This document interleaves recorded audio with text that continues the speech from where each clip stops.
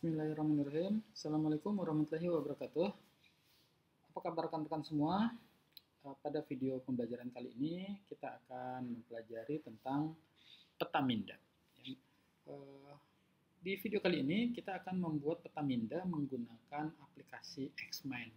Sebelum kita membuat peta minda, saya sedikit akan menjelaskan tentang fungsi dari peta minda. Salah satu cara untuk memvisualkan proses berpikir adalah dengan menggunakan peta minda. Peta minda itu dibuat oleh Tony Buzan tahun 1974 berdasarkan cara kerja otak kita dalam menyimpan informasi. Hasil penelitian menunjukkan bahwa otak kita menyimpan informasi dalam sel-sel saraf dalam bentuk cabang-cabang sehingga sekilas akan tampak seperti bentuk pohon dengan cabang dan rantingnya. Fungsi peta minda diantaranya adalah membantu kita untuk memahami suatu hal yang kompleks. Cukup dengan satu gambar, sifatnya yang divergen dan membentuk cabang dan ranting dalam bentuk hierarki, membantu kita secara alami dan pelan-pelan membuat peta pemikiran tentang sesuatu hal. Ternyata peta minda juga memiliki banyak manfaat, ya. Di antaranya menurut Buzan, metode peta minda ini dapat bermanfaat untuk merangsang bekerjanya otak kiri dan otak kanan secara sinergis. Membebaskan diri dari seluruh jeratan aturan ketika mengawali belajar, membantu seseorang mengalirkan gagasan tanpa hambatan, membuat rencana atau kerangka cerita, mengembangkan sebuah ide, membuat perencanaan secara membuat perencanaan sasaran pribadi, meringkas isi sebuah buku, menyenangkan dan mudah diingat. Selain itu, metode ini juga dapat dimanfaatkan untuk berbagai bidang, termasuk bidang pendidikan. Langsung saja langkah-langkah membuat peta minda menggunakan Xmind. Ya. Yang pertama di sini saya akan menentukan gagasannya dulu ya, yaitu sebuah subjek atau judul. Misalnya kita bisa banyak membuat judul atau gagasan ya.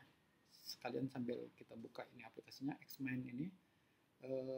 Tampilan awal ini seperti setelah kita registrasi aplikasinya, setelah diinstal kita registrasi, kemudian di sini adalah tampilan awal kita untuk membuat halaman baru ya. Tinggal diklik new saja. Tunggu beberapa saat.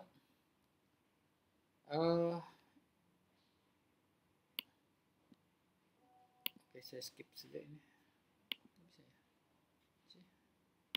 Oke, sudah. Oke. Di sini kita akan membuat peta minda ya. Yang pertama di sini misalnya kita pilih dulu topiknya. Di central topik ini kita double klik untuk mengganti namanya. Central topik ini adalah judul atau ide atau gagasan kita ya. Misalnya kita bisa membuat gagasan bermacam-macam, bisa tentang liburan keluarga. Nanti sub-subnya itu adalah siapa yang liburan, siapa saja yang diajak, kemudian liburannya kemana, terus kegiatannya, aktivitas selama liburan itu apa, misal di main topik 3-nya, kemudian di yang main topik selanjutnya misalnya apa saja yang harus dipersiapkan gitu ya. Namun untuk kali ini saya akan bawa kita belajar membuat peta minda sekaligus kita membuat misalnya di pembelajaran mungkin bahasa Inggris ya. Bahasa Inggris kita ada tenses misalnya. Untuk mempelajari tenses kadang-kadang kita kalau menggunakan tabel ada beberapa siswa yang kurang suka kalau melihatnya pakai tabel. Tapi ada beberapa siswa juga yang mungkin akan suka menggunakan bentuk peta minda ini. Baik, kita coba saja membuat tenses menggunakan peta minda ini. Yang pertama di central topik ini kita berarti judulnya rumus tenses lah misalnya. Rumus 16 tenses. Tenses kalau nggak salah ada 16 ya, banyak juga ya. Kemudian kita tahu di tenses ini ada 16 rumus tapi dibagi menjadi 4 ya. Yang pertama, ini salah ke enter. Kita hapus dulu. Di main topik 1 kita ganti ya. Jadi ini kalau misalnya blank, misal saya akan ganti. Ini misalnya saya hapus ya. Ini saya hapus dulu, semua topik saya hapus. Sekarang kita sudah membuat judul nih misal di tengah. Kemudian kita ingin menambahkan topik, maka kita enter saja. Enter. Jadi Jadi langsung main topik 1 ya. Di topik 1 ini misalnya kita mau membuat, kita tahu tenses itu ada 4 ya, secara umumnya dibagi menjadi 4 dulu.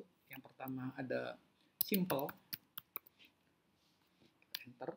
Terus klik di bagian rumus 16 tenses lagi, enter lagi supaya masuk ke topik 2. Main topik 2 ini kita masukkan, kita double klik di sini, kita ganti menjadi continuous. Continuous. Gitu ya. Tulisannya. Benar gak sih? Gini ya, news ya. Oke. Kemudian untuk yang ketiga kita pilih lagi ke rumus 16 tenses, enter lagi supaya nambah main topik 3. Kemudian di sini yang ketiga double klik, isinya simple, continuous, terus perfect ya. Perfect. Oke, kemudian yang keempat caranya sama, kita masukkan yang keempat itu perfect. Perfect, continuous.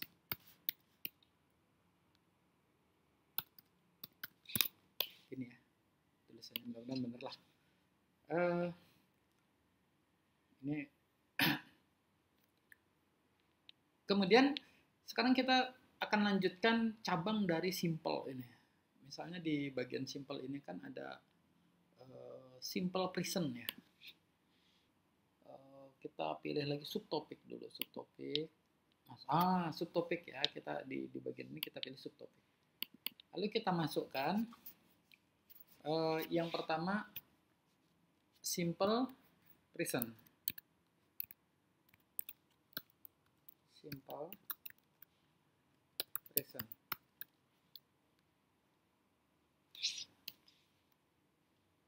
Kemudian di simple present, habis itu ada kita tambahkan lagi di sini subtopiknya ini.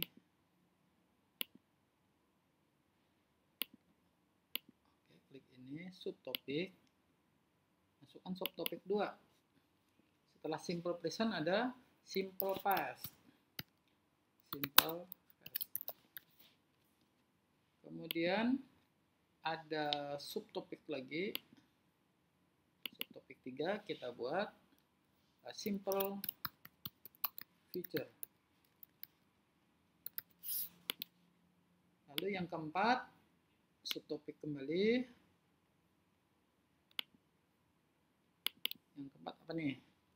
Simple past future.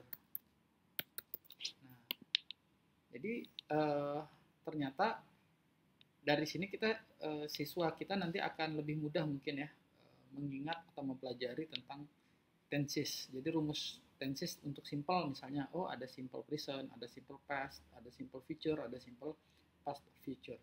Kemudian untuk continuous juga bisa kita tambahkan dengan cara yang sama. Ya, misalnya di sini yang pertama continuous, yang pertama itu present continuous.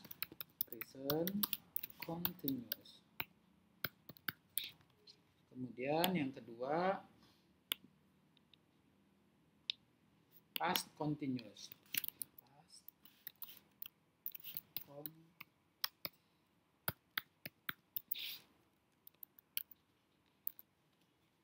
lalu yang ketiga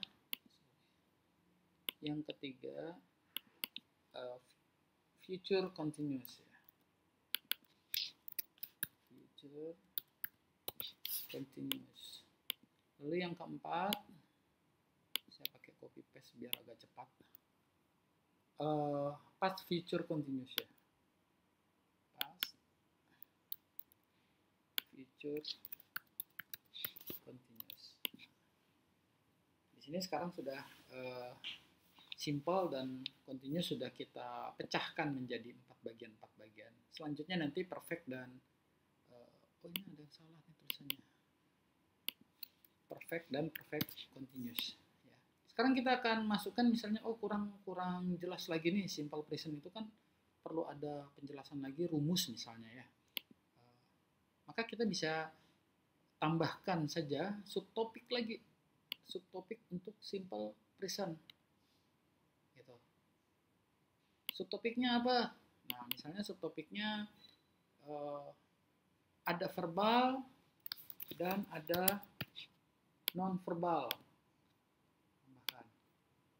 Ada verbal dan ada verbal dan ada nominal. Verbal dan nominal. Kemudian untuk verbal ini kita akan tambahkan lagi rumusnya agar lebih memahami. Biasanya kita tahu oh kalau simple present itu rumusnya adalah subjek, kemudian verb one, kemudian s atau is gitu ya. Berarti kita tambahkan subjek subtopik lagi untuk verbal. Subtopik lagi.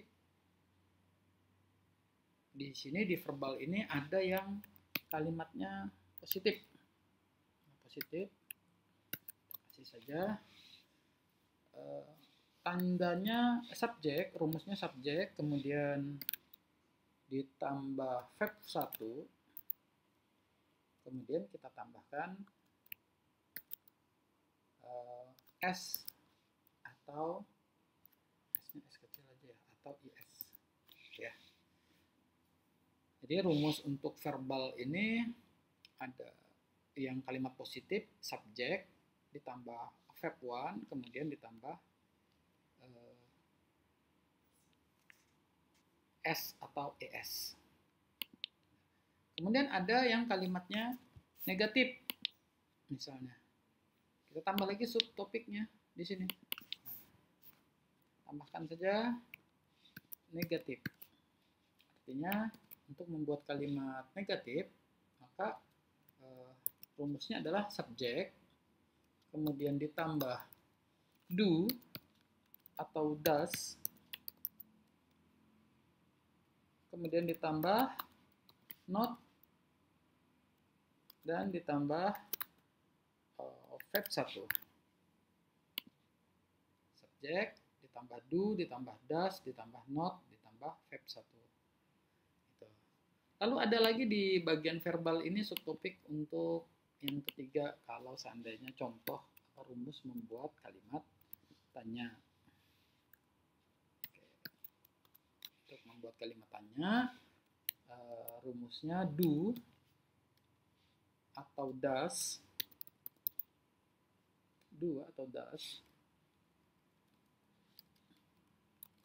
kemudian ditambah subjek, ditambah verb 1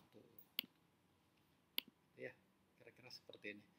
Lalu untuk nominal, kalau untuk nominal rumusnya bagaimana? Nah, kita buat lagi untuk nominal yang positif. Oh, sekarang saya kepingin ubah ya, dari sini simple ini kan warnanya merah, simple present, kemudian verbal nominal ini untuk simple presentnya kita ganti subtopik warnanya ini misalnya important saja. Nah, cara mengganti warnanya seperti ini ya, tinggal diklik, dipilih sini warnanya apa, mau pilih yang warna apa, atau misalnya tidak sesuai dengan style ini kita bisa ganti shape-nya, kita bisa mengganti fill-nya, kita bisa mengganti bordernya. Misal bordernya, fill-nya ini saya mau ganti warna biru muda.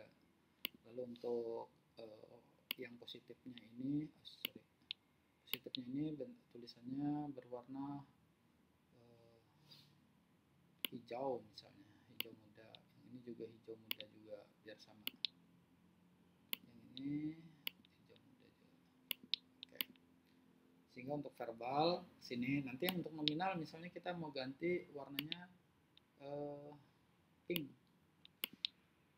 Subtopiknya yang pertama ya, karena rumus ya, berarti positif dulu untuk kalimat positif. Oke, untuk kalimat positif subjek ditambah kata ganti ya, is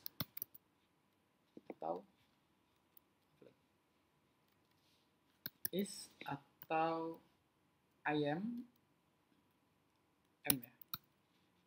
It is, akan subjek itu I, kalau I am berarti ya. Oke. Kemudian are, ya. Kemudian ditambah lagi apa? 3C. Rumusnya seperti itu. Kemudian untuk subtopiknya, untuk subtopik yang negatif misalnya.